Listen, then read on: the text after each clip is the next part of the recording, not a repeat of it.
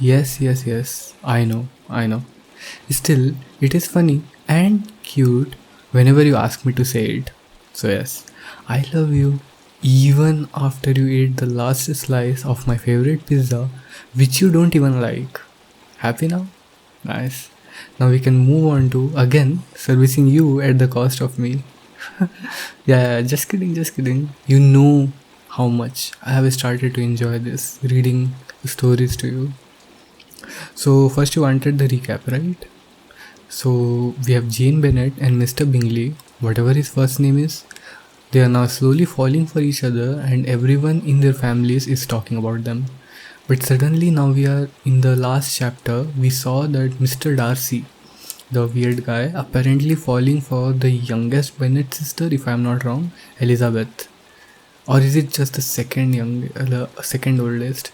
Anyways, Lizzie, as her dad calls her, uh, doesn't really like that guy. So let's see where this goes. Chapter 7.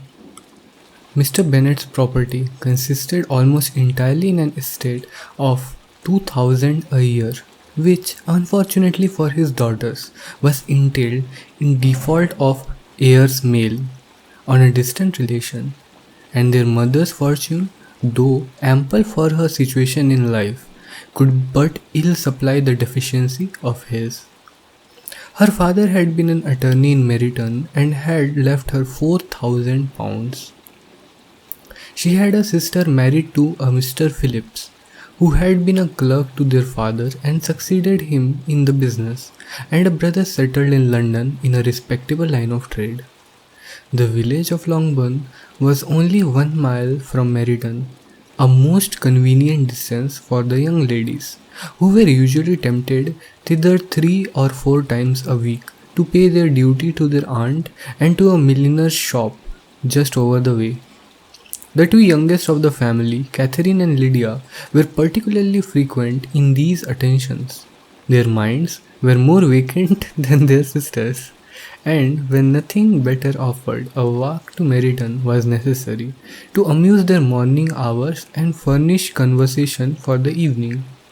And however bare of the news in country in general might be, they always contrived to learn some from their aunt. At present, indeed, they were well supplied both with news and happiness by the recent arrival of a militia regiment in the neighborhood. It was to remain the whole winter, and Meryton was the headquarters. Their visits to Mrs. Phillips were now productive of the most interesting intelligence. Every day added something to their knowledge of the officer's name and connections. Their lodgings were not long a secret, and at length they began to know the officers themselves. Mr. Phillips visited them all, and this opened to his nieces a store of felicity unknown before. They could talk of nothing but officers, and Mr. Bingley's large fortune, the mention of which gave animation to their mother, was worthless in their eyes when opposed to the regimental of an ensign. After listening one morning to their effusions on this subject, Mr. Bennet coolly observed, "From all that I can collect by your manner of talking, you must be two of the silliest girls in the country. I have suspected it sometime, but I am now convinced." Catherine was disconcerted and made no answer, but Lydia, with perfect indifference, continued to express her admiration of Captain Carter and her hope of seeing him in the course of the day, as he was going the next morning to London. "I am astonished, my dear," said Mrs. Bennet, "that you should be so ready to think your own children silly. If I wish to think slightingly of anybody's children, it should not be of my own, however." "If my children are silly," says Mr. Bennet, "I must hope to be always sensible of it." "Yes, but as it happens, they are all of them very clever." "This is the only point, I flatter myself, on which we do not agree," says Mr. Bennet. I had hoped that our sentiments coincide in every particular, but I must so far differ from you as to think our two youngest daughter uncommonly foolish. My dear Mr. Bennet, you must not expect such girls to have the sense of their father and mother. When they get to our age, I dare say they will not think about officers any more than we do.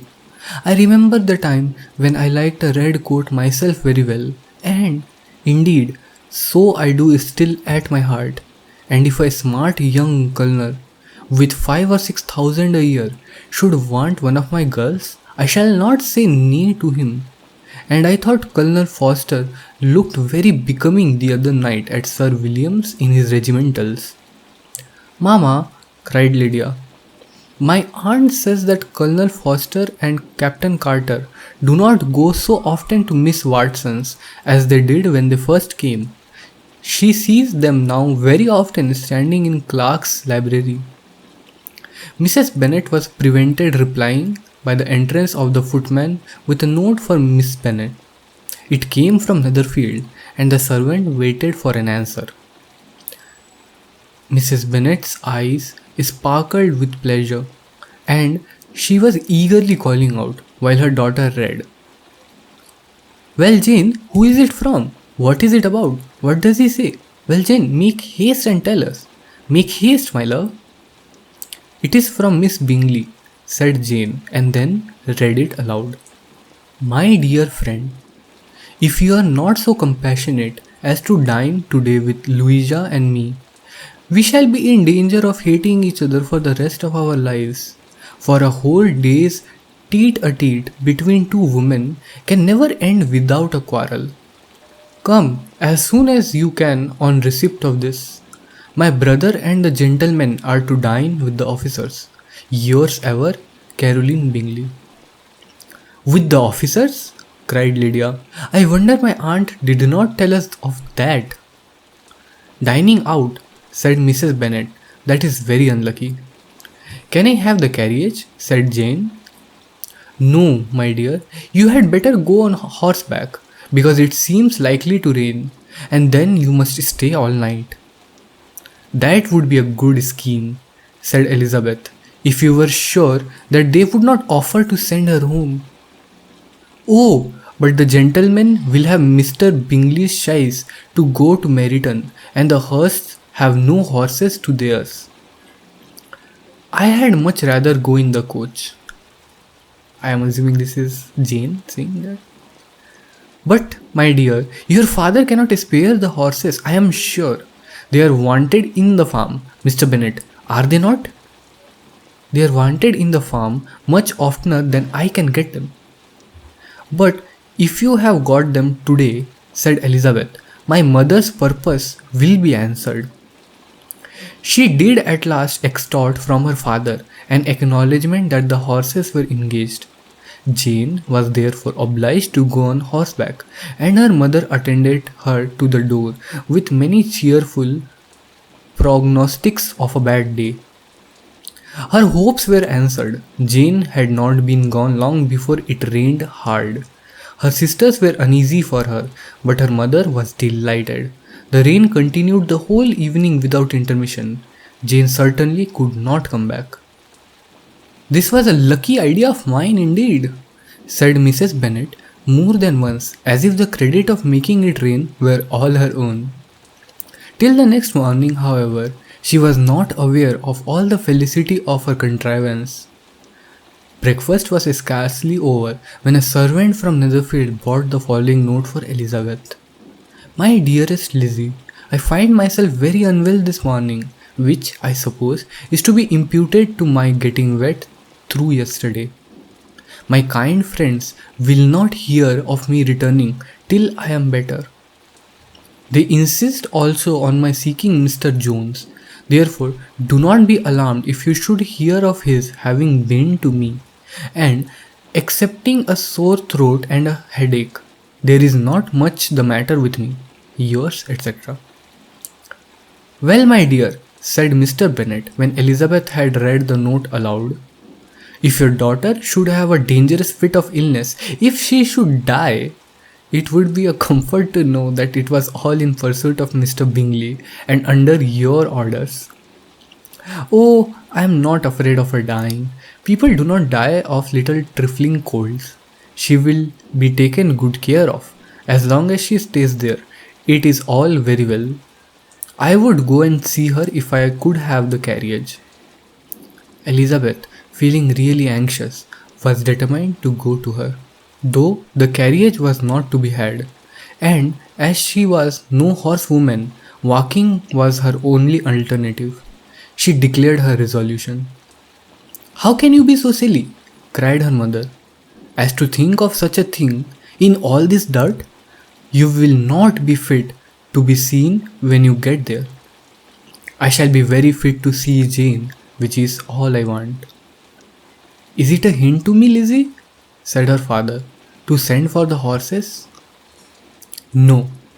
Indeed, I do not wish to avoid the walk. The distance is nothing when one has a motive. Only 3 miles? I shall be back by dinner. I admire the activity of your benevolence, observed Mary.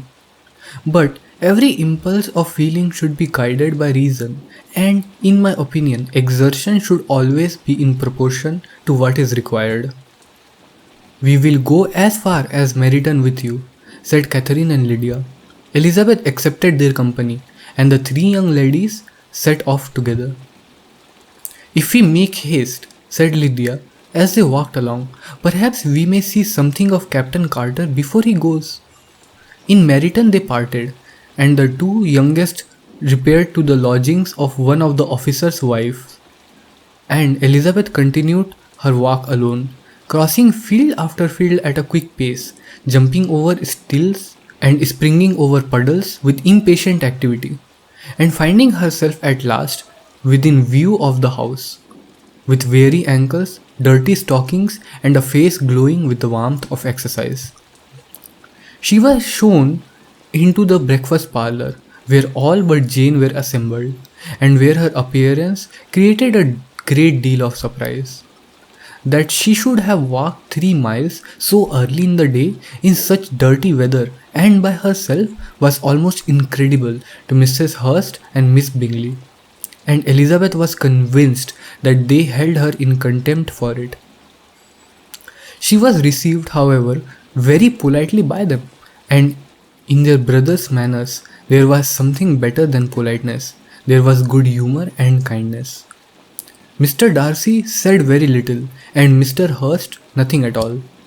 The former was divided between admiration of the brilliancy which exercise had given to her complexion, and doubt as to the occasions justifying her coming so far alone. The latter was only thinking of his breakfast. Her inquiries after her sister were not very favourably answered.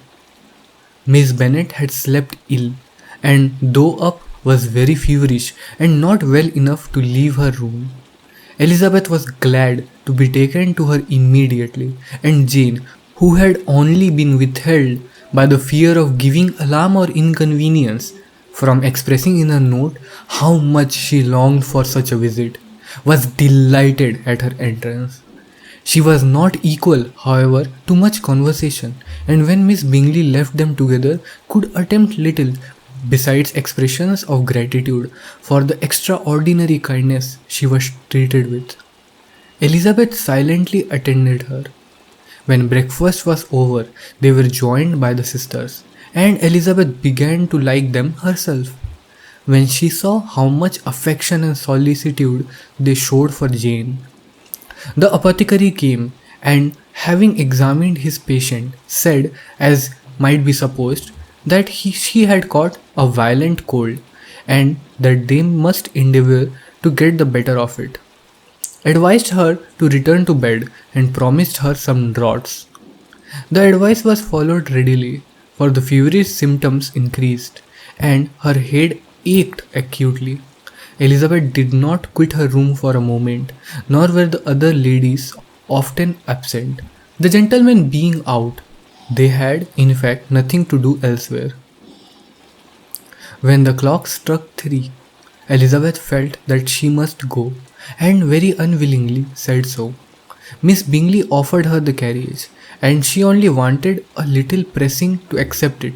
When Jane testified such concern in parting with her, that Miss Bingley was obliged to convert the offer of the chaise to an invitation to remain at Netherfield for the present. Elizabeth most thankfully consented, and a servant was dispatched to Longbourn to acquaint the family with her staying and bring back a supply of clothes. End of chapter 7. Oof, this was nice. I like this chapter. This is probably one of my favorite chapters so far. Yeah, the character given to Eliza, I like it so much. Like, walking 3 miles. It also is one of the only chapters where you can tell very clearly that, oh, this is an old story, right? They have chaises and horses, and no, like someone is taking the letter from one place to other, and it's taking like a whole day or something. Yeah, it's very nice. But yeah, I love that Eliza is so devoted to her sisters. Also, I was wrong. Apparently, Catherine and Lydia are the youngest. So there are like, we know 4 sisters by name, I think. No, 5 at least. So we have Mary, Catherine, Lydia, Elizabeth, and of course Jane, who I'm assuming is the protagonist. I wonder if Jane Austen named her after herself, or this is just a coincidence. But either way, yeah, it was very nice. I love the this one. Jane just seems so nice, and Elizabeth is like a more, war hardened version of Jane, who is not as much into people. It's nice to see them, see Eliza also get comfortable with the Bingleys. Bingleys is such a stupid last name, by the way. Who decided to have a surname called Bingley? That's just asking to be made fun of. But yeah, it was nice. So, you're not sleepy yet? Ah, that's a new one. Well, I mean, I do have to get to work tomorrow. Yeah, but we can just, it's a cold night, raining outside. We can just cuddle together and just try and fall asleep. Yes. I know. I also want to spend more time with you. But what? I can promise you this. Tomorrow we can go outside somewhere. Um, I have work for some time tomorrow, so I'll be busy.